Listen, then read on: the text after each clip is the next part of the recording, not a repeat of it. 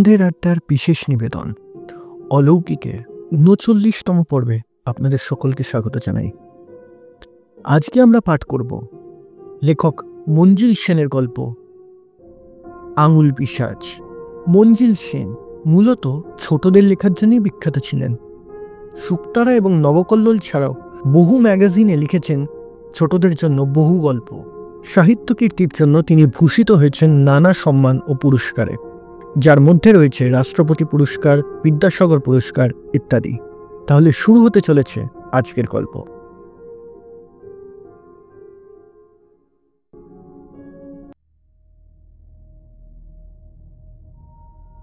শশীশেখর সান্যাল একতলায় তার লাইব্রেরিতে গদি আটার রিভলভিং চেয়ারে বসেছিলেন। সেক্রেটারিয়েট টেবিলের ওপর একটা মোটা বিদেশি বই খোলা ছিল। বাঁ হাতের আঙুলের স্পর্শ ও অনুভূতির সাহায্যে ব্রেল পদ্ধতিতে তিনি সেটা পড়ছিলেন।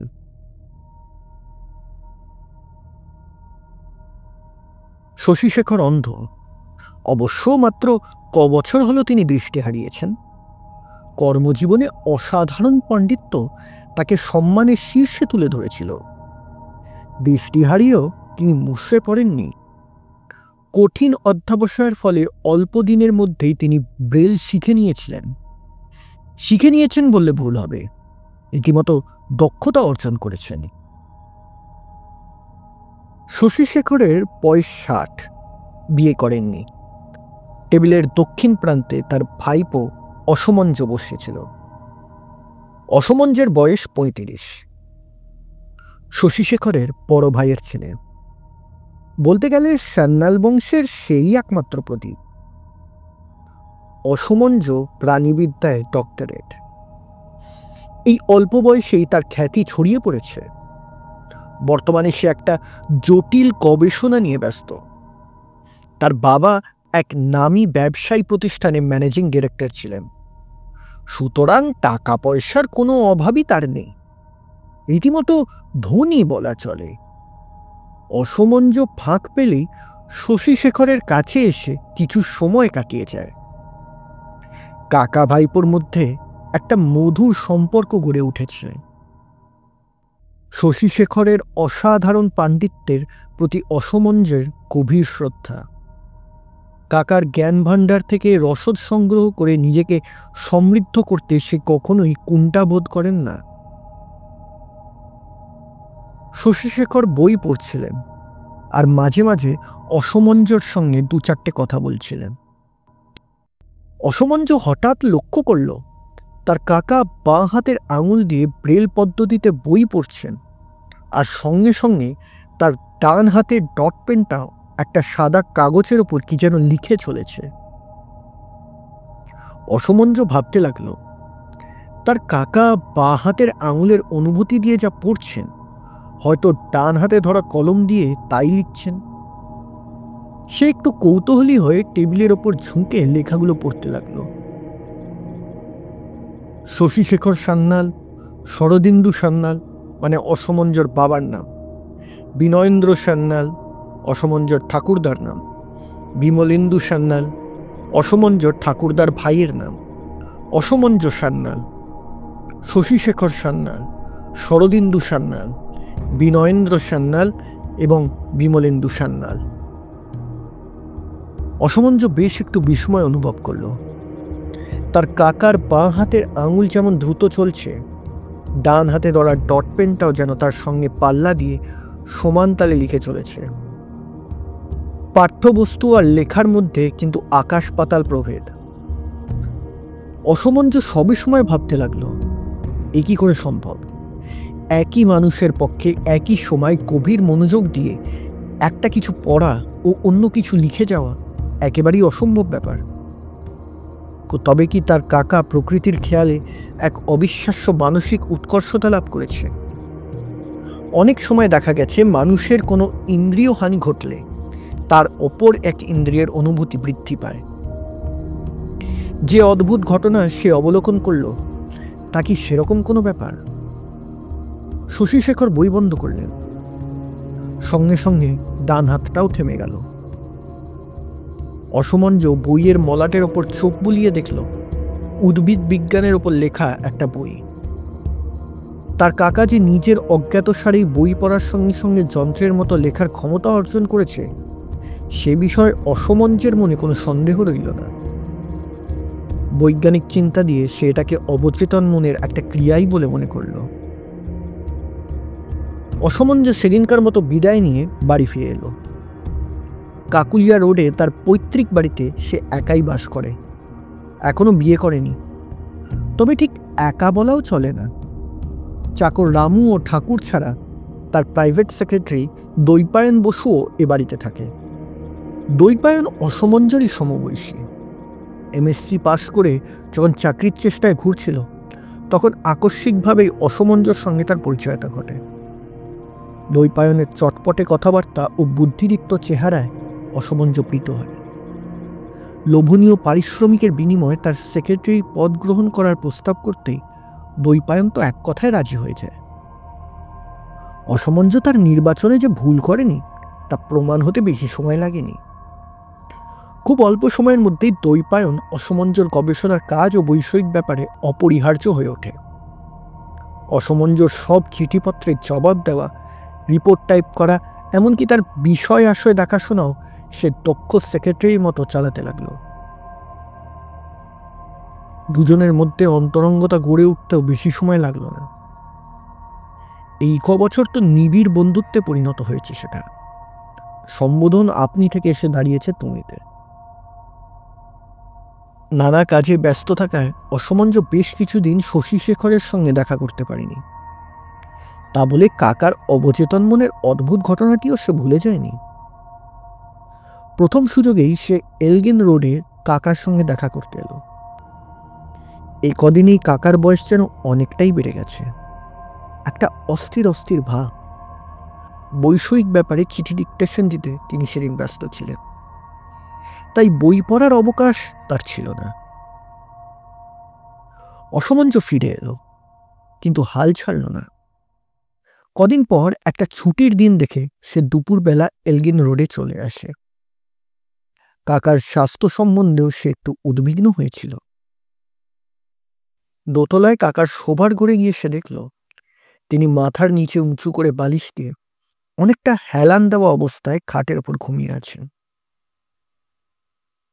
দু হাতের আঙুলগুলো পরস্পরকে আঁকড়ে ধরে বুকের উপর আলগাভাবে রয়েছে। অসমঞ্জ ভাবল সে একটা এক্সপেরিমেন্ট করবে।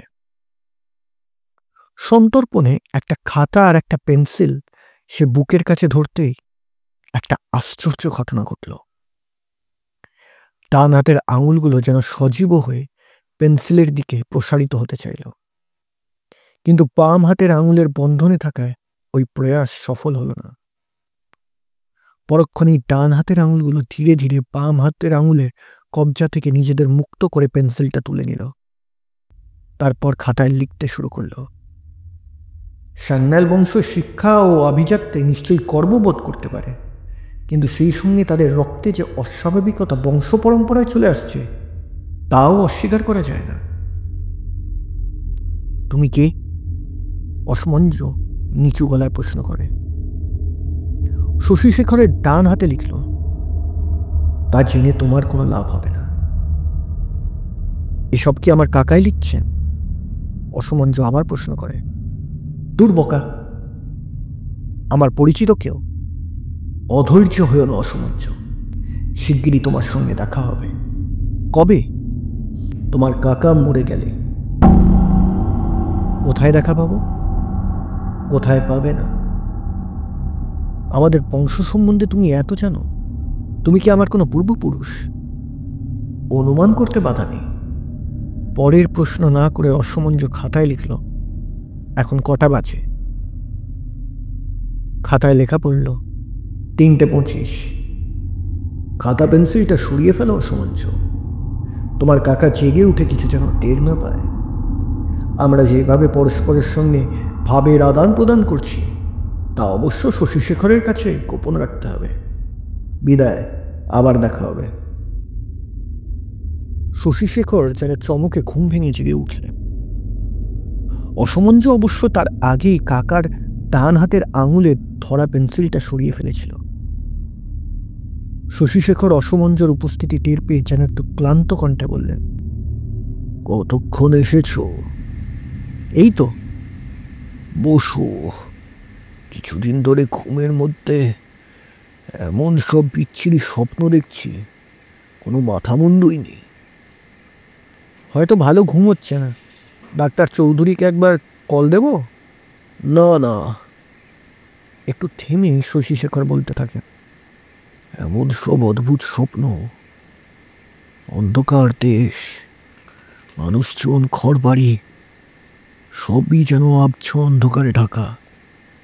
কাকা। কাকা? হ্যাঁ, তোমার ঠাকুর তার ভাই, আমার কাকা। কিন্তু তার কথা কেন বলছেন? শশীশেখর সঙ্গে সঙ্গেই উত্তর দিলেন না। মুহূর্তকাল নিঃশব্দে কি যেন ভাবলেন, তারপর বললেন, তুমি বড় হয়েছ, জীবনে প্রতিষ্ঠিত হয়েছ, এখন আর তোমার কাছে গোপন রাখা উচিত হবে না। আমার কাকা অর্থাৎ বিমলেন্দু সান্যাল দুর্দান্ত প্রকৃতির ছিলেন, হিংস্র, নিষ্ঠুর এবং খুবই ধূর্ত। এক কথায় উশৃঙ্খল একজন বেপরোয়া মানুষ। শেষ পর্যন্ত তিনি সামান্য কারণে আপন মামাতো ভাইকে ছুরি মেরে হত্যা করেন। বিচারে তার ফাঁসি হয়েছিল। পরপর কদিন আমি তাকে স্বপ্নে দেখেছি। এই এখন তন্দ্রার মধ্যেও তুমি যেন কেমন ভাবে তার সঙ্গে জড়িয়ে পড়ছো মনে হলো। অসমঞ্জ, জীবনের পথ কর্দমাক্ত, পিছল, শত প্রলোভনেও সত্যকে ত্যাগ করো না। তোমার ঠাকুর তার ভাই। এক দমক কাশি ওঠায় শশীশেখর তার কথা শেষ করতে পারলেন না। কিন্তু অসমঞ্জ অবাক হয়ে দেখল, তার ডান হাত পাশেই রাখা পেন্সিলটা চট করে তুলে খাতায় খসখস করে কি যেন লিখল। শশীশেখর ব্যাপারটা জানতেই পারল না। লেখা শেষ হবার সঙ্গে সঙ্গে পেন্সিলটা আবার তার হাতের আঙুল থেকে সরে পড়ল। অসমঞ্জ খাতাটা সরিয়ে এনে পড়ল। শশীশেখরের কথায় কান দিও না, আমরা দুজনে বন্ধু, তাই না অসমঞ্জ? অসমঞ্জ স্তম্ভিত হয়ে গেল। তবে কি? 3 দিন পর অসমঞ্জ টোকিওতে এক আন্তর্জাতিক প্রাণীবিদ্যা সম্মেলনে যোগ দিতে যাবার কথা। কাকার কাছে তাই সে বিদায় চাইল। শশীশেখর তাকে শুভকামনা জানিয়ে বললেন, আমার দিন ঘনিয়ে এসেছে অসমঞ্জ। পরাপরের ডাক আমি যেন স্পষ্ট শুনতে পাচ্ছি। তোমার সঙ্গে হয়তো আমার এই শেষ দেখা।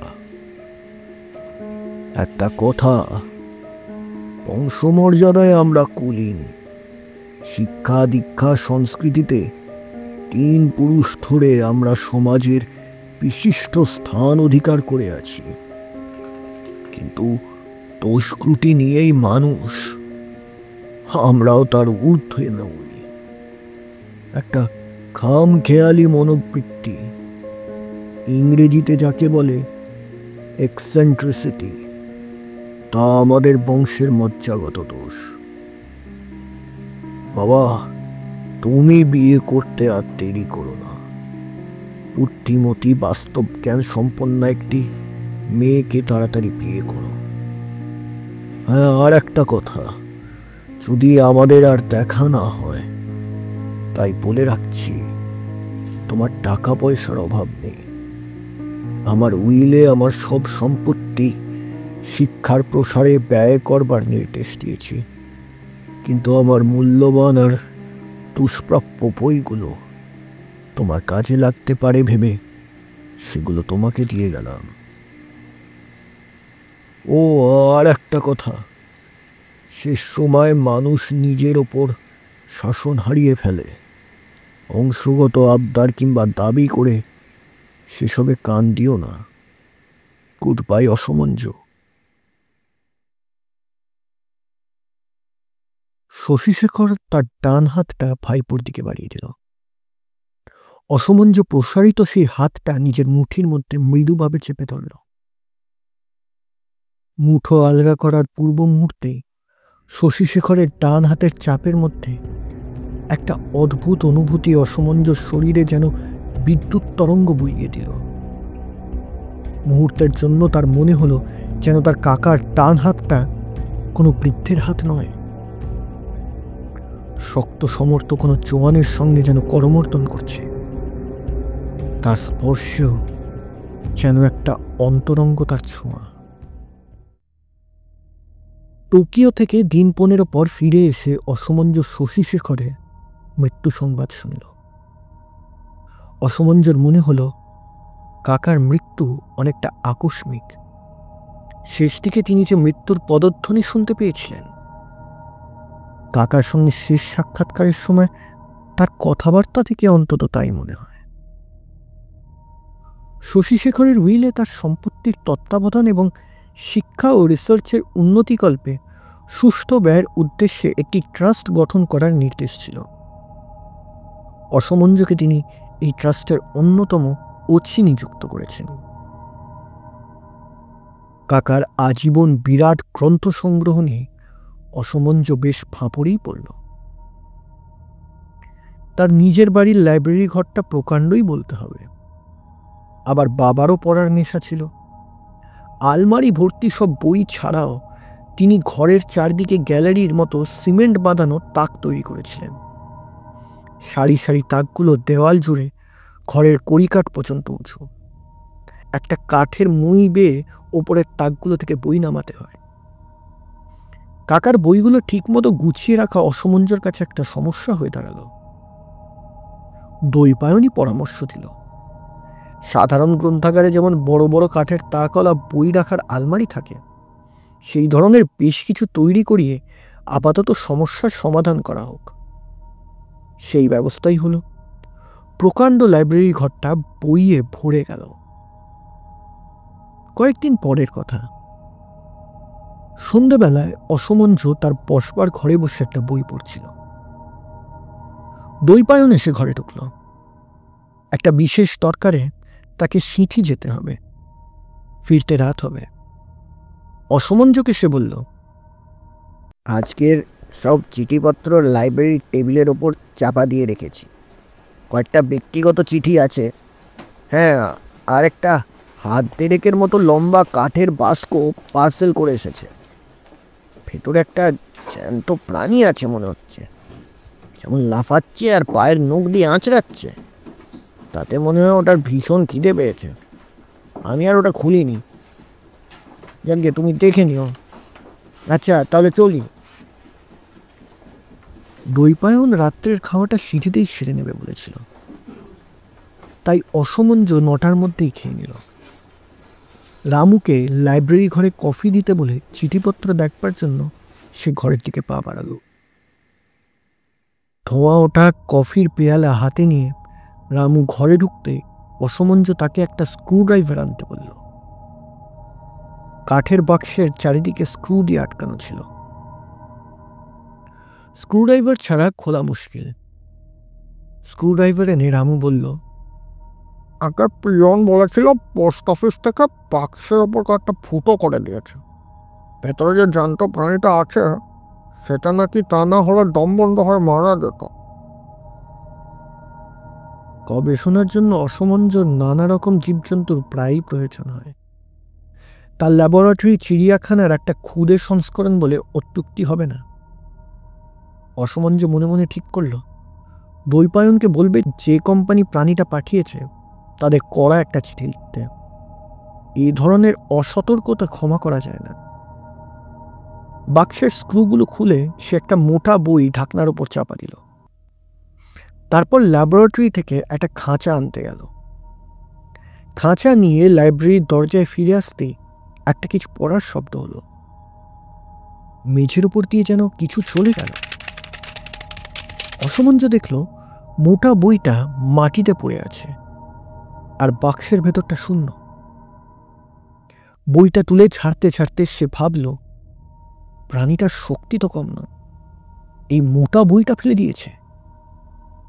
প্রাণীটাকে খুঁজে বের করা সহজ ব্যাপার হবে না। বইয়ের পাহাড়ের মধ্যে কোথায় লুকিয়ে আছে কে জানে। বইয়ের তাকের পেছনে সে ওটা নড়াছড়ার শব্দ শুনতে পেল, কিন্তু শব্দ লক্ষ্য করে এগোতেই সে বুঝতে পারল ওটা অন্য একটা শেলফের পেছনে আশ্রয় নিয়েছে। হতাশ হয়ে সে তার চেয়ারে ফিরে এসে চিঠিপত্রগুলো পড়তে লাগল। হঠাৎ খুট করে একটা শব্দ হলো, যেন কেউ সুইচ নিভিয়ে দিল, আর সঙ্গে সঙ্গে ঘর অন্ধকার হয়ে গেল। আলো কেনে ভালো। বেশ আশ্চর্য হই অসমঞ্জ দেওয়ালে যেখানে সুইচ বোর্ড আছে অন্ধকারে সিঁড়িকে এগুলো। দু পায়ে গিয়েই সে থেমে গেল। ঘরের অপর প্রান্তে একটা শব্দ হচ্ছে, অনেকটা বুকে ভর দিয়ে চলার মতো শব্দ। সে তাড়াতাড়ি সুইচ টিপতেই ঘর আলোতে ভরে উঠল, কিন্তু অসমঞ্জ কিছু দেখতে পেল না। ওই অল্প সময়ের মধ্যে প্রাণীটা আবার আত্মগোপন করেছে। অসমঞ্জ আবার তার চেয়ারে ফিরে এলো।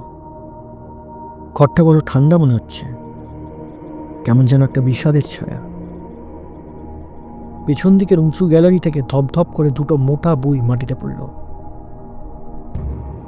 অসমঞ্জ ফিরে তাকাতেই একটা একটা করে আরো দুটো পড়ে গেল। অসমঞ্জ অস্ফুট কণ্ঠে বলল, এটা তোকে উপোস করিয়ে রাখবো, এই তোর ঠিক শাস্তি। জল ছাড়া জীবদেহের রাসায়নিক রূপান্তর তোর ওপর দিয়েই পরীক্ষা করব। তাকে যেন ব্যঙ্গ করে আরো গোটা কয়েক বই মাটিতে পড়ল। অসমঞ্জ আবার তার চিঠিপত্র নিয়ে বসল। শেষ যে চিঠিটা সে পড়েছিল সেটা তাদের পরিবারের অ্যাটর্নির চিঠি। চিঠিতে তার কাকার মৃত্যু বিবরণ ও উইলে ধারার সম্বন্ধে নানা মন্তব্য ছিল। চিঠির শেষের দিকটা বড়ই অদ্ভুত। অসমঞ্জ পড়তে লাগলো, আপনার কাকার একটা অনুরোধ আমাদের কাছে বড়ই আশ্চর্য লাগছে। শশীশেখর সান্যালের নির্দেশ ছিল তার মৃত্যুর পর খুব সাধারণভাবে তাকে যেন দাহ করা হয়। ফুল দিয়ে মৃতদেহ সাজানোর কোনো প্রয়োজন নেই। তার মৃত্যুর আগের দিন আমরা তার আরেকটা চিঠি পাই। সেই চিঠিতে তিনি তার পূর্ব নির্দেশ সম্পূর্ণ বাতিল করে দিয়েছেন। তিনি ইচ্ছে প্রকাশ করেছিলেন যে তার দেহ যেন মূল্যবান পালঙ্কে, যেটাতে তিনি শুতেন, বহন করা হয়। নিউ মার্কেট থেকে বাহারি ফুল এনে তার সর্বাঙ্গ যেন ঢেকে দেওয়া হয়, আর তার ডান হাতটা শরীর থেকে বিচ্ছিন্ন করে যেন আপনাকে পাঠানো হয়। এর অন্যথা যেন কিছুতেই না হয়। অসমঞ্জ চিঠিটা হাতে করে হতভম্বের মতো বসে রইল। কাকার শেষ কথা হঠাৎ তার মনে পড়ল। শেষ সময় মানুষ নিজের ওপর শাসন হারিয়ে ফেলে, অসঙ্গত আবদার কিংবা দাবি করে, সেসবে গান দিও না। পেছনের গ্যালারিতে কেউ যেন হেঁটে চলে বেড়াচ্ছে। চোর নাকি? একটা জানলার পর্দা কেউ যেন সরিয়ে দিল। নিশ্চয়ই কেউ গ্যালারিতে আছে। পাশের জানলার পর্দাটাও সরে গেল, আর বাইরের থেকে এক ঝলক চাঁদের আলো গ্যালারির মাঝখানের অন্ধকার জায়গাটা আলোকিত করে তুলল। অসমঞ্জ হাতে একটা ভারী পেপার ওয়েট নিয়ে পা টিপে টিপে শব্দ লক্ষ্য করে এগুলো, আর সঙ্গে সঙ্গে দ্বিতীয়বার ঘরের আলো নিভে গেল। মেঝের ওপর দিয়ে আবার বুকে হেঁটে চলার শব্দটা শোনা গেল। চাঁদের আলোয় অসমঞ্জ নিঃশব্দে সুইচ বোর্ডের দিকে এগিয়ে গেল। বিরাট ঘর, তাই আলো ও পাখা মিলিয়ে গোটা 8 পয়েন্ট আছে। সাধারণত অসমঞ্জ তার পড়াশুনো আর কাজকর্মের জন্য যে টেবিল চেয়ার ব্যবহার করে, ঠিক তার ওপর কড়িকাঠ থেকে ঝোলানো আলোটাই জ্বালায়। তাই হাই পাওয়ারের বাল্ব হলেও সমস্ত ঘরের পক্ষে পর্যাপ্ত নয়। পুরো ঘর আলোকিত করতে হলে সবকটা লাইট জ্বালানো দরকার পড়ে। অসমঞ্জ প্রায় সুইচ বোর্ডের কাছে গিয়ে পরপর সবকটা লাইটের সুইচ টিপল। সঙ্গে সঙ্গে সমস্ত ঘর আলোয় ঝলমল করে উঠল। সেই আলোয় অসমঞ্জ যা দেখল তাতে তার মাথার চুল খাড়া হয়ে ওঠার উপক্রম। সে দু চোখ কচলে নিল। সে কি স্বপ্ন দেখছে? যেখানে সে দাঁড়িয়ে আছে তার থেকে হাত 10 দূর দিয়ে একটা হাত, মানুষের হাত, সরসর করে অনেকটা বিছের মতো বুকে ভর দিয়ে দ্রুত চলে আসছে। আসলে আঙুলগুলোই হাতটাকে চালনা করছে, কারণ আঙুলগুলো ঘন ঘন প্রসারিত হচ্ছে ও পরক্ষণে মুষড়ে যাচ্ছে, এবং ওই প্রক্রিয়ায় সঙ্গে সঙ্গে হাতটা এগোচ্ছে। হ্যাঁ, আঙুলগুলোই যে হাতটাকে টেনে নিয়ে যাচ্ছে তাতে সন্দেহ নেই। অসমঞ্জ স্তম্ভিতের মতো এই বিচিত্র ঘটনা দেখতে থাকলো।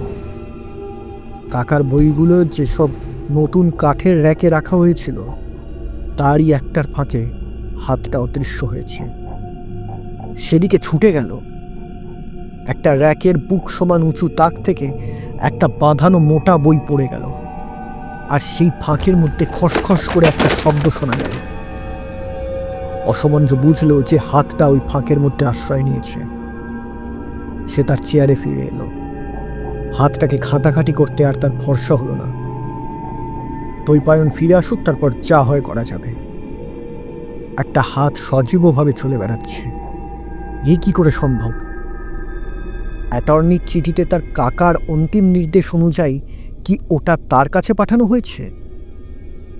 কাকার সঙ্গে শেষ সাক্ষাৎকারের সময় ঘুমন্ত অবস্থায় তার ডান হাত যা লিখেছিল সেটা অসমঞ্জর মনে পড়ল। তোমার কাকার মৃত্যুর পর আমাদের দেখা হবে। তবে কি? অসমঞ্জ শিরদাঁড়া দিয়ে একটা হিমশিহরণ বয়ে গেল। বাইরে দ্বৈপায়নের কণ্ঠস্বর শুনে তার মনে বল ফিরে এলো। অসমঞ্জ, ও অসমঞ্জ, কি হয়েছে বলো তো? দারুণ একটা স্বস্তি অনুভব করল সে। দ্বৈপায়ন ঘরে ঢুকে একটু বিস্মিত কণ্ঠে বলল, কি ব্যাপার, এতগুলো আলো জ্বলছে কেন? তারপর তার দৃষ্টি পড়ল মাটিতে পড়ে থাকা বইগুলোর ওপর। জিজ্ঞাসু দৃষ্টিতে সে অসমঞ্জর মুখের দিকে তাকালো। আমার কাকার ডান হাতটা? অসমঞ্জ এক নিঃশ্বাসে বলেই থেমে গেল। তারপর বলল, তোমাকে কি করে বোঝাবো জানি না, তখন থেকে সেই হাতটা আমার সঙ্গে যেন মস্করা করছে। You have to help me to catch it. কি আবল তাবল বকছ? নেশা করনি তো? নেশা না তোমার মাথা? অসমঞ্জ একটু রাগত কণ্ঠে বলে, ওই র্যাকের ফোকরের মধ্যে হাতটা লুকিয়ে আছে। আমি বাজে কথা বলছি কি না সেটা নিজেই গিয়ে দেখো। অসমঞ্জর কথা শেষ হবার সঙ্গে সঙ্গে র্যাক থেকে বই সরবার শব্দ হলো। দ্বৈপায়ন বলল, হ্যাঁ, এ তো ইঁদুর। সে এগিয়ে গিয়ে র্যাকের সামনে দাঁড়ালো। তারপর দু একবার মুখ দিয়ে হুস হুস শব্দ করল, কিন্তু ওদিক থেকে আর কোনো সারা শব্দ নেই। জামার আস্তিন গুটিয়ে দ্বৈপায়ন ঠাসা বইয়ের মধ্যে যে ফাঁক সৃষ্টি হয়েছিল তার মধ্যে হাত ঢুকিয়ে দিল। হ্যাঁ, কিছু একটা আছে, আমাকে যেন চিমটি কাটছে। আরে আরে, সে তাড়াতাড়ি হাতটা টেনে নিল। কি হলো? অসমঞ্জ ব্যগ্র কণ্ঠে শুরু হয়। আমার হাত ধরে টানছিল, মনে হলো যেন মানুষের শক্ত আঙুল আমার কবজি চেপে ধরেছে। মাই গড!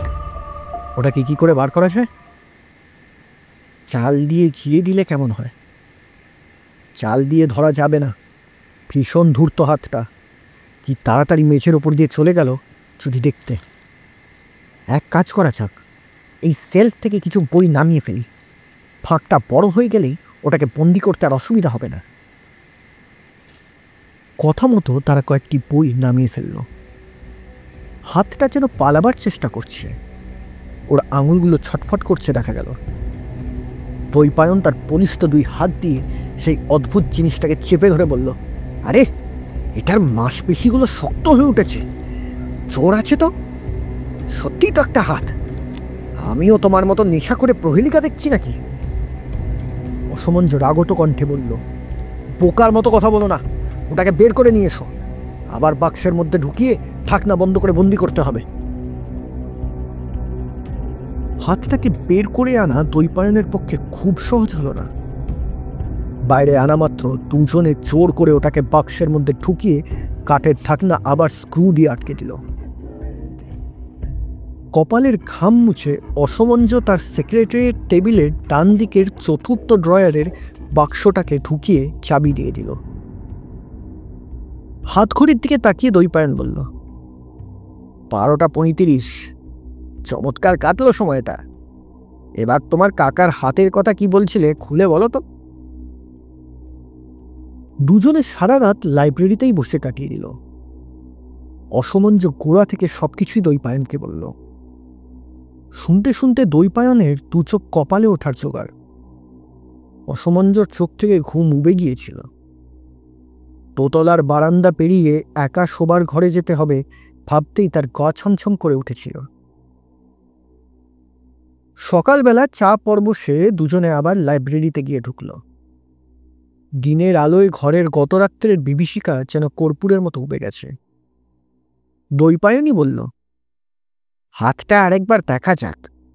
আমরা দুজনেই কাল রাত্রে নেশা করেছিলাম কিনা তা প্রমাণ হয়ে যাবে।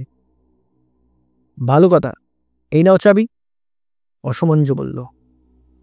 দৈপায়ন চাবি দিয়ে ড্রয়ার খুলে লম্বা চৌকো কাঠের বাক্সটা টেবিলের ওপর রাখল। দুজনেই বাক্সটার দিকে তাকিয়ে কয়েক সেকেন্ড চুপচাপ দাঁড়িয়ে রইল। কি হলো? অসমঞ্জই প্রশ্ন করল। আমি ভাবছিলাম তুমিই বোধহয় ঢাকনা খুলবে। কেন? ওটা দেখবার ইচ্ছা তো তোমারই হয়েছে। বেশ, তোমার যদি ভয় করে তবে আমিই খুলছি। দৈপায়ন স্ক্রু খুলে ঢাকনা আলগা করল। তারপর সেটাকে টেবিলের ওপর রেখে বাক্স থেকে হাতটা বের করে আনল। দিনের বেলায় হাতটা দেখে কনুই থেকে বিচ্ছিন্ন একটা সাধারণ হাত ছাড়া আর কিছুই মনে হয় না। গতরাত্রে ওটা যে তাদের নাস্তানাবুদ করে ছেড়েছে তা কে বলবে? হাতটা কি মরার হাতের মতো ঠান্ডা? অসমঞ্জ একটু যেন ব্যগ্র কণ্ঠে প্রশ্ন করল। ঈষদ উষ্ণ, তোমার আমার শরীরের উত্তাপের চাইতে কম বলেই মনে হচ্ছে। এখন তো হাতটাকে বেশ নরম লাগছে।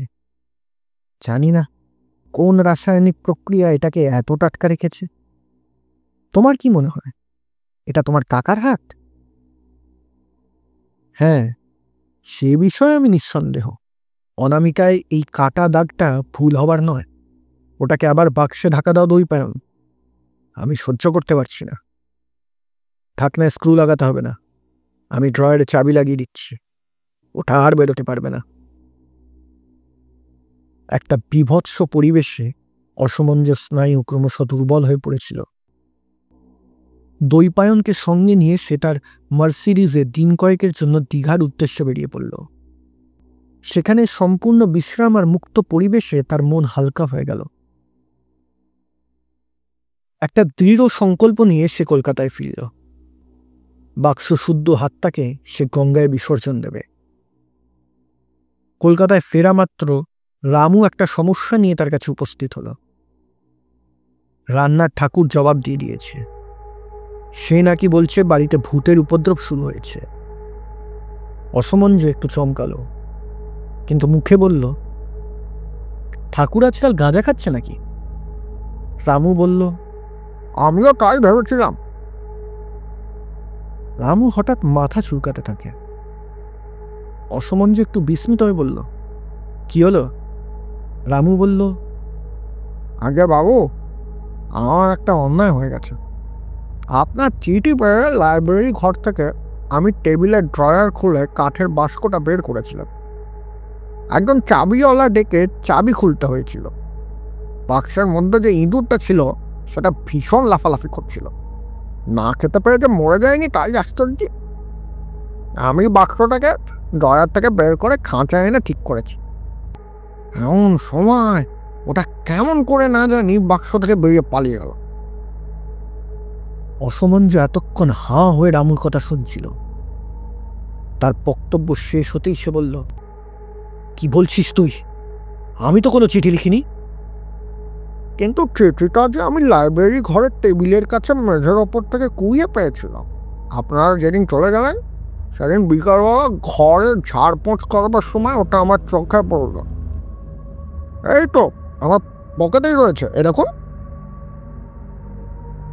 জামার পকেট থেকে সে ছোট্ট একটা চিরকুট বের করে অসমঞ্জর হাতে দিল। অসমঞ্জ সবই সময় দেখল লেখাটা ঠিক তারই হাতের লেখার মতো। চিরকুটটা সে পড়তে লাগলো। দামু, লাইব্রেরিতে আমার বড় টেবিলের ডান দিকের ড্রয়ারগুলো চাবি দেওয়া আছে। চাবিটা যেমন করে হোক খুলে ফেলো। চতুর্থ ড্রয়ারে যে কাঠের বাস্ক আছে সেটা বাইরে রেখে দে। আর কিছু তোকে করতে হবে না। অবশ্যই কাজটা করিস। অসমঞ্জস সামলাল। অসমঞ্জস স্তম্ভিত হয়ে গেল। তার পাশেই দৈপায়ন বসেছিল। সে হাত বাড়িয়ে চিরকুটটা নিল। অসমঞ্জয় রামুকে আবার প্রশ্ন করল, তুই খাঁচা আনার পর ওটা পালিয়ে গেল? আমি খাঁচাটা ঠিক করছি এমন এমন সময় ইঁদুরটা বাস্ক থেকে লাফ মেরে বেরিয়ে পালিয়ে গেল। ইঁদুর? তুই নিজের চোখে দেখেছিলি? আগে রামু মাথা চুলকিয়ে বলল, ঠিক দেখিনি। বাস্কটার দিকে পেছন ফিরে খাঁচা ঠিক করছিলাম তো, শব্দ শুনে পেছনে ফিরেছি। ততক্ষণে ওটা একটা আলমারির কাছে চলে গেছে।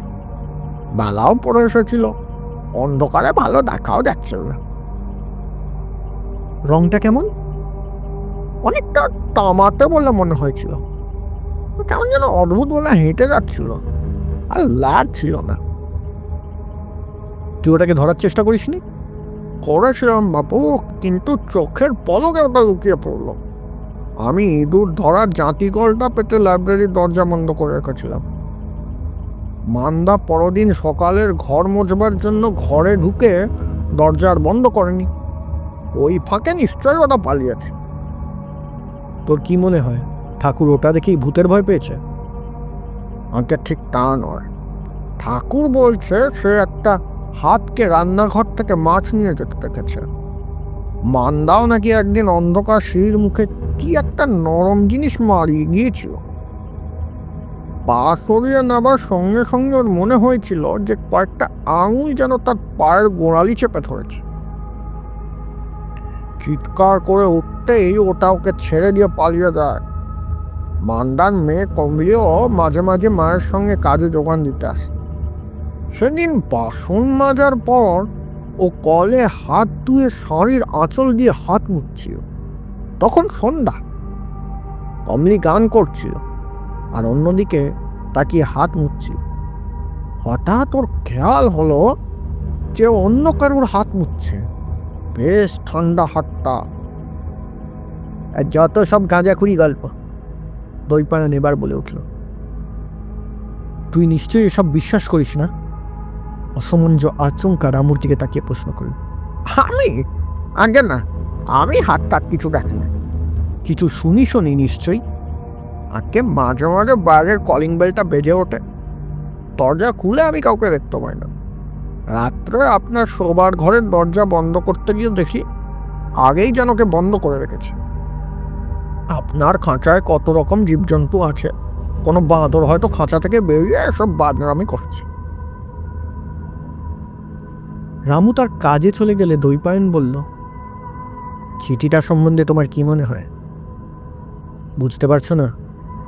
তোমার মনে আছে বাক্সের ঢাকনায় স্ক্রু না লাগিয়ে আমরা ওটা ড্রয়ারের চাবি বন্ধ করে রেখেছিলাম? ওই ড্রয়ারে পুরনো কিছু কাগজ আর নিশ্চয়ই একটা পেন্সিল ছিল। হাতটা আলগা ঢাকনা সরিয়ে বাক্স থেকে বেরিয়ে আসে। তারপর এক টুকরো কাগজে আমার হাতের লেখা নকল করে চিঠিটা লিখে দরজার চুলছেরা ফাঁক দিয়ে বাইরে ফেলে দেয়। রামু ঘর পরিষ্কার করতে এসে মেঝের ওপর কাগজটা কুড়িয়ে পায়। কিন্তু হাতটা নিশ্চয়ই লিখতে পারে না। পারে না? তুমি দেখোনি, আমি ওটাকে লিখতে দেখেছি। শশীশেখরের অজ্ঞাতে তার ডান হাতের যন্ত্রের মতো লিখে যাওয়ার ব্যাপারটা সে বিশদভাবে বর্ণনা করল।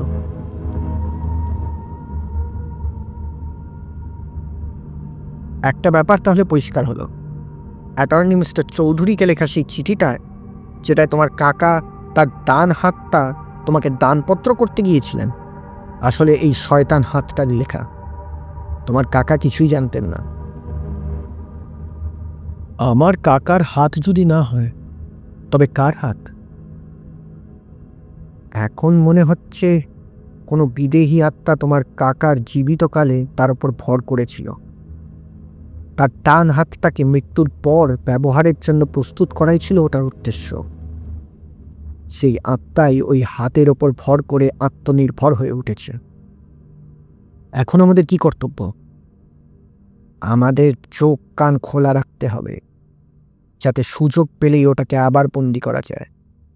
যদি বন্দি নাও করতে পারি, তাতেও ক্ষতি নেই। ওটা রক্ত মাংসের হাত, চিরকাল বেঁচে থাকতে পারে না। অসমঞ্জর মুখ দেখে সে খুব একটা আশ্বস্ত হয়েছে বলে মনে হলো না। 3-2 নিরুপদ্রব কেটে গেল। তৃতীয় দিন সকালে দৈপায়ন ওটাকে আবার দেখতে পেল। ওপরে ওঠবার সিঁড়ি যেখানে বাঁক নিয়েছে, সেই একতলা ও দোতলার মাঝামাঝি রেলিংয়ের পোস্টের ওপর ওটা যেন বিশ্রাম করছে। আচমকা ওখানে ওটাকে দেখে দৈপায়ন প্রথমে হকচকিয়ে গেল। হাতটা ঢালু রেলিংয়ের ওপর দিয়ে পিছের মতো অথচ দ্রুত গতিতে ওপর দিকে উঠতে লাগল। তারপর এক সময় দৈপায়নের দৃষ্টির আড়ালে চলে গেল। দিন 3 পর অসমঞ্জ লাইব্রেরিতে বসে গবেষণার কিছু একটা লিখছিল। রাত তখন প্রায় 8:30। হঠাৎ তার নজরে পড়ল ঘরের অপর প্রান্তে মেঝের ওপর একটা বই খোলা, আর হাতটাও সেখানে। অসমঞ্জ অবাক হয়ে দেখল, কোনো বই গভীর মনোযোগ দিয়ে প্রতিটি লাইন পড়তে গেলে মানুষ যেমন একটা আঙুল পাতার ওপর রেখে পড়ে, হাতের তর্জনীটাও তেমনভাবেই নড়ছে। অসমঞ্জ চেয়ার ঠেলে উঠতেই হাতটা সচকিতভাবে বইটা ছেড়ে তরতর করে একটা আলমারি বেয়ে ওপরে উঠতে লাগলো। তারপর অসমঞ্জর নাগালের বাইরে গিয়ে আঙুলগুলো মুঠো করে শুধু বুয়ো আঙুলটা নাচাতে লাগলো, যেন তাকে কাঁচকলা দেখাচ্ছে। অসমঞ্জ মই বেয়ে ওপরে উঠবে কিনা ভাবছে। হাতটা বোধহয় তার মনের ভাব অনুমান করে বইয়ের পেছনে অদৃশ্য হয়ে গেল। দিন কয়েক কেটে গেছে, এর মধ্যে উল্লেখযোগ্য আর কিছু ঘটেনি। পঞ্চমী নামে অসমঞ্জর একটা পোষা কাকতুয়া ছিল। মাঝে মাঝে খাঁচার ভেতর দিয়ে পা বের করে পাখিটা অদ্ভুত কৌশলে খাঁচার দরজা খুলে বেরিয়ে আসত। 2-4 দিন এঘর ওঘর করার পর ধরা দিত, কিন্তু পালিয়ে যাবার চেষ্টা করত না। অসমঞ্জ একদিন সন্ধেবেলায় লাইব্রেরিতে কাজ করছে। এমন সময় পাখিটা ঘরে ঢুকে কয়েকবার চক্কর দিল। তারপর একটা কড়ি কাঠে বসে ঘাড় বেঁকিয়ে অসমঞ্জকে দেখতে লাগলো। অসমঞ্জ তার স্বভাব জানে, তাই সে নিজের কাজ করে চলল। কাকাতুয়াটা হঠাৎ বলে উঠল, অসমঞ্জ, এই অসমঞ্জ। অসমঞ্জ একটু মুচকি হাসল। বদমাস, তোকে খুন করব, পাখিটা বলে উঠল। অসমঞ্জ একটু বিরক্তভাবে ওপর দিকে তাকালো, আর সঙ্গে সঙ্গে সে চমকে উঠল। হাতটা কড়ি কাঠ বেয়ে কাকাতুয়ার দিকে এগোচ্ছে। একটা অজানা আশঙ্কায় সে শিউরে উঠল। হাতটার চলার ভঙ্গি কি বিচ্ছিরি আর কি দ্রুত গতি!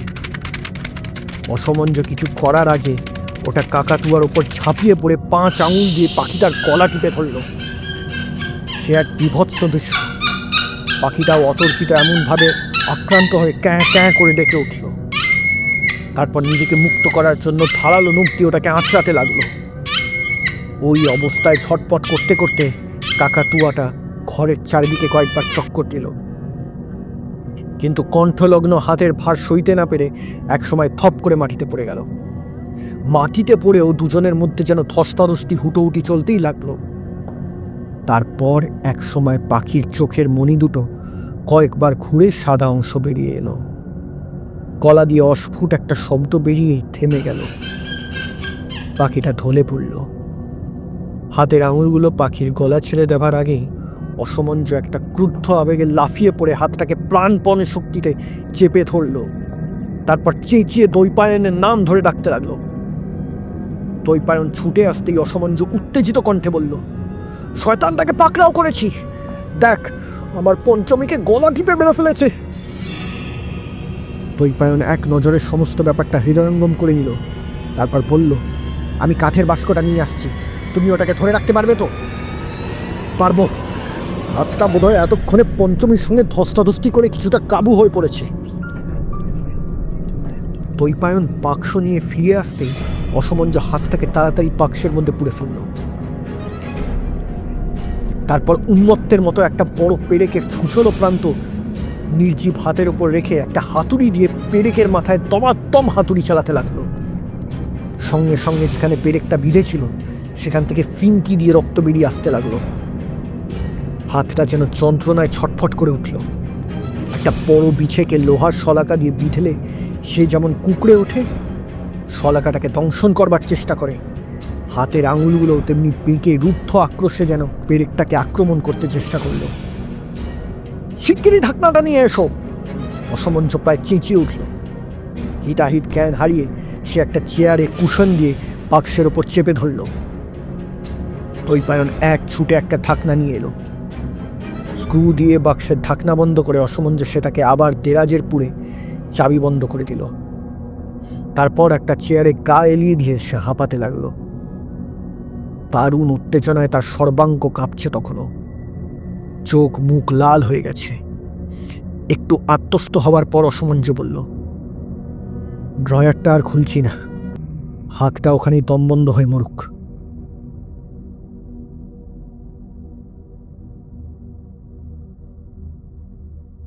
কিছুদিন বেশ নিরুপদ্রবেই কেটে গেল। অসমঞ্জ আবার তার গবেষণায় আত্মনিয়োগ করল। তারপর হঠাৎ একদিন রাত্রে তার বাড়িতে ছোটখাটো একটা চুরি হয়ে গেল। চোর বিশেষ কিছু নিতে পারেনি। পুলিশ ইন্সপেক্টর যিনি তদন্তে এসেছিলেন বললেন, আপনার ভাগ্য ভালো মশাই, যেভাবে চোর ঘরগুলোতে হানা দিয়েছিল তাতে মনে হয় লোকটা ঘুঘু। নিশ্চয়ই কিছু একটা বিপদের সংকেত পেয়ে কাজ হাসিল করার আগেই সরে পড়েছে। অসমঞ্জও তার সঙ্গে একমত হল।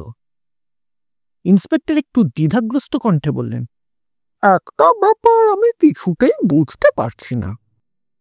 চোর যেভাবে আপনার আলমারি খুলেছিল তার থেকে অনুমান করতে কষ্ট হয় না যে একজন দাগি আসামি, কিন্তু এমন পাকা লোক এতটা কাঁচা কাজ করলো কি করে? অসমঞ্জ একটু বিস্ময় হয়ে জিজ্ঞেস করল, কাঁচা কাজ? হ্যাঁ, মানে এই ধরনের ঘুঘু চোরেরা কোনো চিহ্ন সাধারণত রেখে যায় না, কিন্তু যে লোকটা এসেছিল চারিদিকে তার আঙুলের ছাপ রয়ে গেছে, যেন খুশি মতো ছড়িয়েছে। আপনার লাইব্রেরি ঘরের দরজা জানলা নতুন রং করিয়েছেন, সেই কাঁচা রঙের ওপর আঙুলের ছাপ স্পষ্ট হয়ে ফুটে উঠেছে। তাছাড়া একতলার প্রায় সব ঘরেই এক হাতের আঙুলের ছাপ পেয়েছি। ব্যাপারটা আমার কাছে একটু আশ্চর্যই ঠেকছে। অসমঞ্জ হঠাৎ জিজ্ঞেস করল, বাঁ হাত না ডান হাত? ডান হাত, সে বিষয়ে কোনো সন্দেহ নেই। আমার মনে হয় লোকটার বোধহয় একটু মাথা খারাপ আছে, তা না পেলে চিরকুটটা লিখবে কেন? পকেট থেকে একটা ছোট্ট কাগজের টুকরো বের করতে করতে তিনি বললেন, এটা সিঁড়ির মুখে কুড়িয়ে পেয়েছি। লেখা আছে, আমি চললাম অসমঞ্জ, তবে শিগগিরই ফিরে আসবো। আপনি কি হাতের লেখাটা চেনেন? অসমঞ্জ বিমূঢ়ের মতো মাথা নাড়ল, কিন্তু একটা সন্দেহ তার মনে তোড়া দিতে লাগল। সে পায়ে পায়ে এগিয়ে তার সেক্রেটারিয়ের টেবিলের ডান দিকের দেরাজগুলো খুলে ফেলল। যে আশঙ্কা সে করেছিল তাই সত্যি। কাঠের বাক্সের ঢাকনাটা খোলা অবস্থাতেই পড়ে আছে, আর বাক্সের ভেতরটা শূন্য। কিন্তু হাতটা বেরুলো কি করে? চোর কি তবে দেরাজ খুলে কাঠের বাক্সে কি আছে দেখবার জন্য স্ক্রু আলগা করে ঢাকনা খুলেছিল, আর সেই ফাঁকে হাতটা বেরিয়ে গেছে? এই ভৌতিক কাণ্ড দেখেই হয়তো চোরটা চুরি মাথায় রেখে চম্পট দিয়েছে। চারদিকে যে আঙুলের ছাপের কথা ইন্সপেক্টর বলল, তা নিশ্চয়ই চোরের নয়, ছাপগুলোই হাততালি। কি সাংঘাতিক! সেদিনই সে মনস্থির করে ফেলল, এই বাড়ি ছেড়ে বেশ কয়েক মাস সে বাইরে থাকবে। এখানে তো কাজ একটুও এগোচ্ছে না। বলতে গেলে কাকার মৃত্যুর পর থেকে সে কিছুই করেনি। দৈপায়নকে সে তার সিদ্ধান্তের কথা জানালো। সেও তাতে উৎসাহ দিল, কারণ এই হাতের ব্যাপারে তার মতো সাহসী লোকও বেশ ঘাবড়ে গেছে। তাছাড়াও অসমঞ্জর ওপর তার অগাধ বিশ্বাস, তার গবেষণার ওপর তার গভীর আগ্রহ। সুতরাং বাইরে গিয়ে যদি অসমঞ্জ আবার পুরো দমে গবেষণার কাজে আত্মনিয়োগ করতে পারে, তবে সেও খুশি হবে। মধুপুরে অসমঞ্জর বাবা শখ করে একটা বাড়ি কিনেছিলেন। ছুটি ছাটায় বেরোতে যাবেন, এই ছিল তার বাসনা। বাড়িটা বাংলো ধরনের, একতলা। বাড়িটা আগে এক সাহেবের ছিল। একটা বসবার ঘর, দুটো শোবার ঘর, খাবার ঘর আর বাথরুম, এই নিয়ে বাংলোটা বেশ অনেকটা জায়গার ওপরে। সাহেব তার নিজের দেশের মতো বাংলোটাকে বানিয়েছে। শোবার ঘরের সংলগ্ন স্নানের ঘর। প্রত্যেক ঘরে শীতে আগুন পোহাবার জন্য ফায়ার প্লেস বা তাপচুল্লির ব্যবস্থা আছে। তবে বিজলি বাতি নেই। হ্যাজাক আর হ্যারিকেনের লণ্ঠন জ্বালিয়েই কাজ চালাতে হয়। অসমঞ্জের গাড়িতেই ওরা মধুপুর এলো। ওরা যখন পৌঁছলো তখন রাত হয়ে গেছে। রামু বড় টিফিন ক্যারিয়ার ভরে খাবার দিয়ে দিয়েছিল। মালি তাড়াতাড়ি সেগুলো গরম করে দিল। খাওয়া দাওয়া সেরে ওরা শোবার ঘরে গেল। দুটো শোবার ঘর পাশাপাশি, মাঝখানে একটা দরজা দিয়ে দুই ঘরের মধ্যে যাতায়াতের ব্যবস্থা আছে। মালি এসে বিছানা ঝেড়ে ঝুড়ে পেতে দিল। দুজন দুঘরে শোবে। অসমঞ্জ তার নির্দিষ্ট শোবার ঘরে এসে জামাকাপড় ছাড়তে ছাড়তে পাশের ঘরে দৈপায়নকে উদ্দেশ্য করে বলল, রামুর কাণ্ডটা দেখেছ? এখানে খুব শীতে আমার গাড়ি চালাতে কষ্ট হবে ভেবে চামড়ার কুনু পর্যন্ত বড় দাস্তানা দিয়ে দিয়েছে, তাও আবার একটাই দিয়েছে। দৈপায়ন অসমঞ্জর ভয়ার্ত চিৎকারে চমকে উঠল। দৈপায়ন, শিগগিরই, হাতটাই দাস্তানার মধ্যে লুকিয়ে আছে। তারপরেই একটা কিছু সজোরে ছুঁড়ে ফেলার শব্দ। দৈপায়ন পড়ি কি মরি করে ছুটে এসে দেখল অসমঞ্জ বেতস পাতার মতো কাঁপছে। দৈপায়নকে দেখে সে বলল, আমি ওটাকে স্নানের ঘরে ছুঁড়ে দিয়েছি।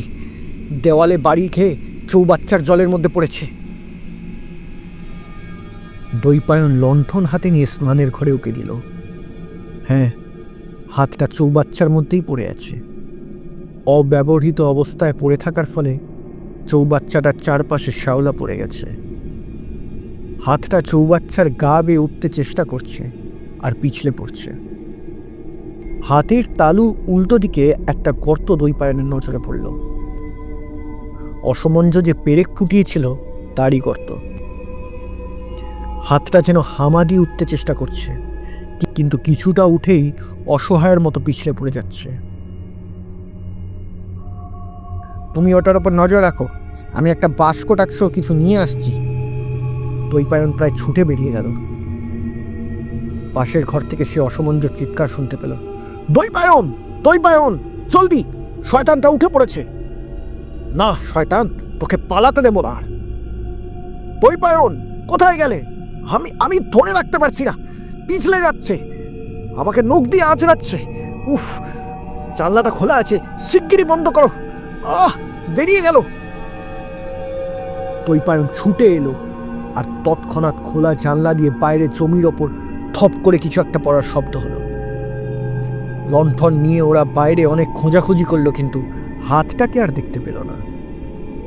এরপরেই অসমঞ্জ গুরুতর অসুস্থ হয়ে পড়ল। ডাক্তার তাকে পরীক্ষা করে বললেন যে মানসিক আঘাত থেকে অসুখটা হয়েছে। A case of nervous breakdown due to some great emotional shock. তিনি রোগীর পরিচর্যার জন্য একজন অভিজ্ঞ নার্সের কথা বললেন। একটা সতর্কবাণীও তিনি করলেন, রোগীর ঘরে সারা রাত যেন আলো চলে। অন্ধকারে একা তাকে কোনো মতেই রাখা যাবে না। অসমঞ্জ কিন্তু নার্স রাখার প্রস্তাবে সম্মত হলো না। বলল দৈপায়নকেই সবসময় তার কাছে থাকতে হবে।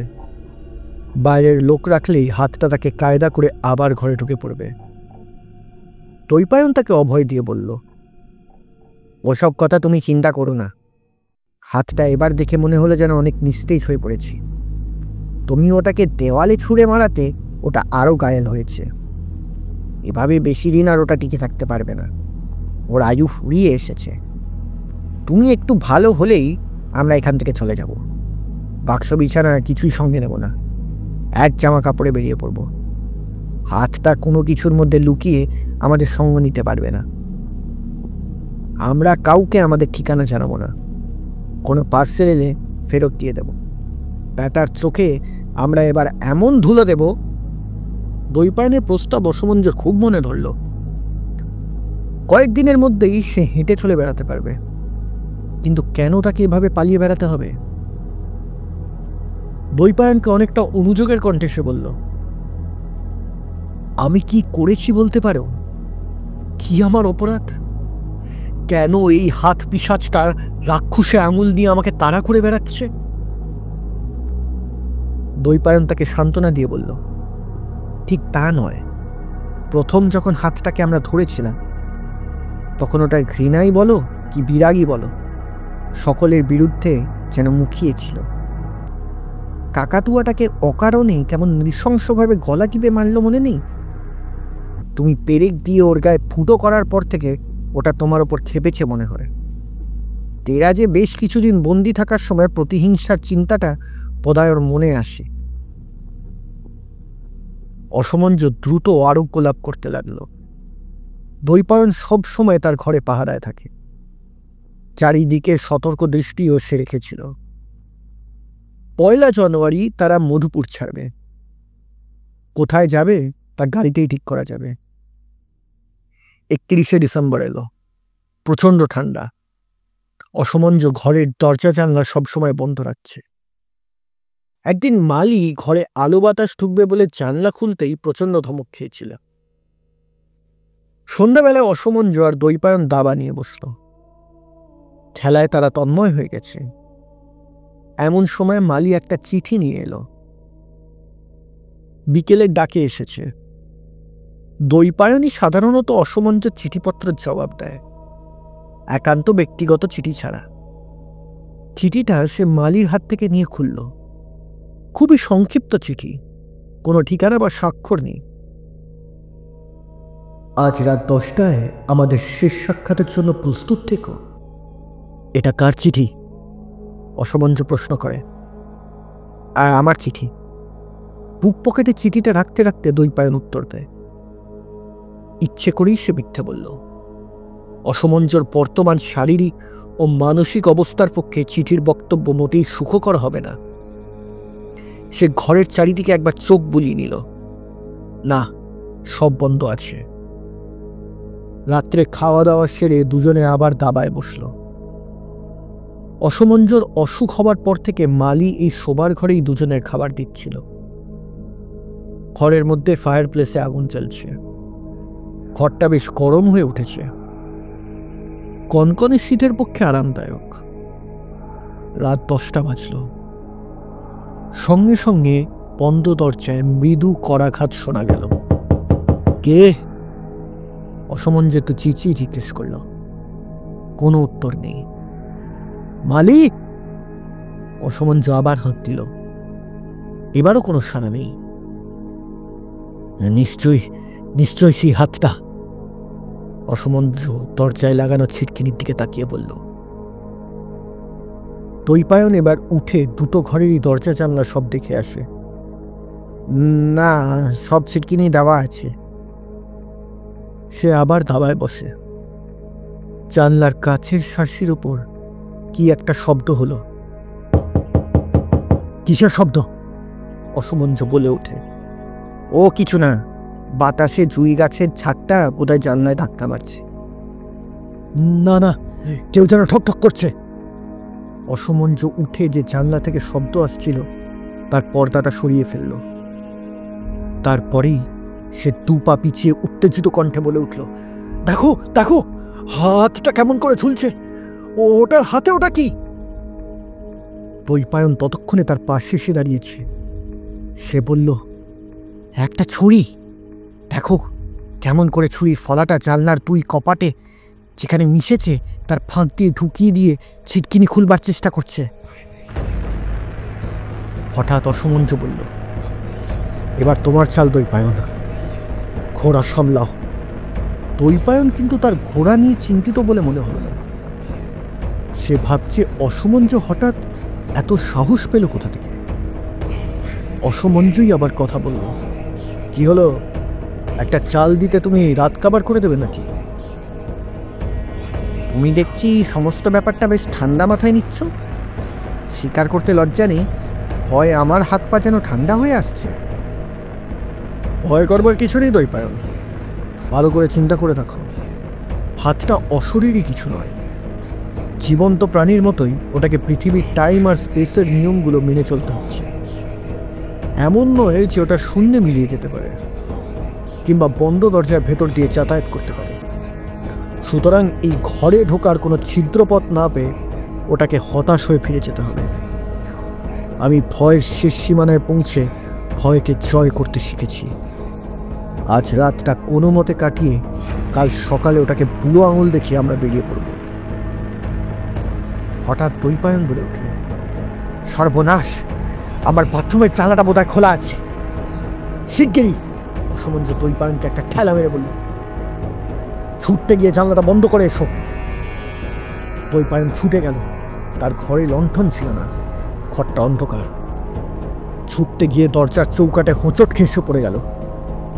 মনে মনে একটা গালাগালি দিয়ে সে অসমঞ্জর ঘরে ফিরে এসে লণ্ঠনটা নিয়ে আবার ছুটল।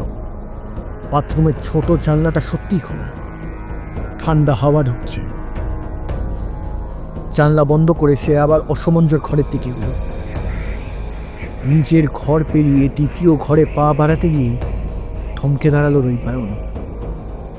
ফায়ার প্লেসে ঠিক ঠিক চলা আগুনে ঘরটা আবছা আলো, আবছা অন্ধকার। সেই স্তিমিত আলোয় দৈপায়ন স্তম্ভিত হয়ে দেখল হাতটা মাটির ওপর বুকে হেঁটে অসমঞ্জর দিকে এগুচ্ছে। আঙুলের মধ্যে শক্ত করে ছুরিটা ধরা, শুধু বুড়ো আঙুলটা খোলা। বুড়ো আঙুলে ভর দিয়েই হাতটা এগুচ্ছে মনে হয়, তাই আস্তে আস্তে বেশ কষ্ট করে ওটাকে নড়াচড়া করতে হচ্ছে। দৈপায়ন আতঙ্কে ওটার দিকে তাকিয়ে আছে। তার সমস্ত বিচার বুদ্ধি সে যেন হারিয়ে ফেলেছে। দৈপায়নের চোখের সামনে যেন একটা ছবি ভেসে উঠল। হাতটা অসমঞ্জর কাছে গিয়ে তার পা ও কোমর বেয়ে উঠছে, তারপর বুকের কাছে গিয়ে মাথাটা ঘুরে উঠতেই দৈপায়ন যেন চমক ভাঙল। আর কিছু চিন্তা না করেই সে হাতের লণ্ঠনটা সজোরে সেই শয়তানটাকে লক্ষ্য করে ছুঁড়ে মারল। ঝনঝন করে লণ্ঠনের কাঁচ ভেঙে গেল। লণ্ঠনটা সোজা গিয়ে হাতে লেগেছে। হাতটা তখন মেঝেই বিছানো একটা মাঝারি আকারের কার্পেটের ওপর দিয়ে এগোচ্ছিল। লণ্ঠনের কাঁচ ভেঙে যেতেই কার্পেটে আগুন ধরে গেল। দেখতে দেখতে আগুন ছড়িয়ে পড়ল কার্পেটে। দৈপায়ন এক ছুটে অসমঞ্জকে টান মেরে আগুনের কাছ থেকে সরিয়ে নিয়ে এলো। হাতটা সেই আগুনের মধ্যে পড়েই ছটফট করছে। আগুনের কাছ থেকে বেরিয়ে আসার কি নিষ্ফল চেষ্টা। চারিদিকের আগুন ওটাকে যেন ঘিরে ধরেছে। ওদের চোখের সামনে হাতটা পুরো কালো হয়ে যাচ্ছে, কয়লার মতো কালো, কুঁকড়ে যাচ্ছে হাতটা। সে এক বিভৎস দৃশ্য। অসমঞ্জ বিস্ফারিত চোখে দৃশ্যটি দেখছিল। হঠাৎ সে জ্ঞান হারিয়ে ঢলে পড়ল। দৈপায়ন তাকে টেনে নিয়ে দরজা খুলে বাইরে এসে মালিকে চেঁচিয়ে ডাকতে লাগলো, মালি, মালি, তাড়াতাড়ি এসো, এ মালি। মালি যখন ছুটে এলো তখন ঘরে রীতিমতো অগ্নি উৎসব শুরু হয়ে গেছে। ধোঁয়ায় চারিদিকে অন্ধকার। আগুন যখন নেবানো হলো ততক্ষণে কার্পেট পুড়ে ছাই, বিছানাও আধপোড়া। সেই অভিশপ্ত হাতের কোনো চিহ্ন কিন্তু কোথাও পাওয়া গেল না। ওটা যে পুড়ে খাক হয়ে গেছে সে বিষয়ে সন্দেহের অবকাশ দুজনের কারোর মনে ছিল না। জীবন্ত 5 আঙুলের পিশাচটাকে আর কখনো দেখা যায়নি।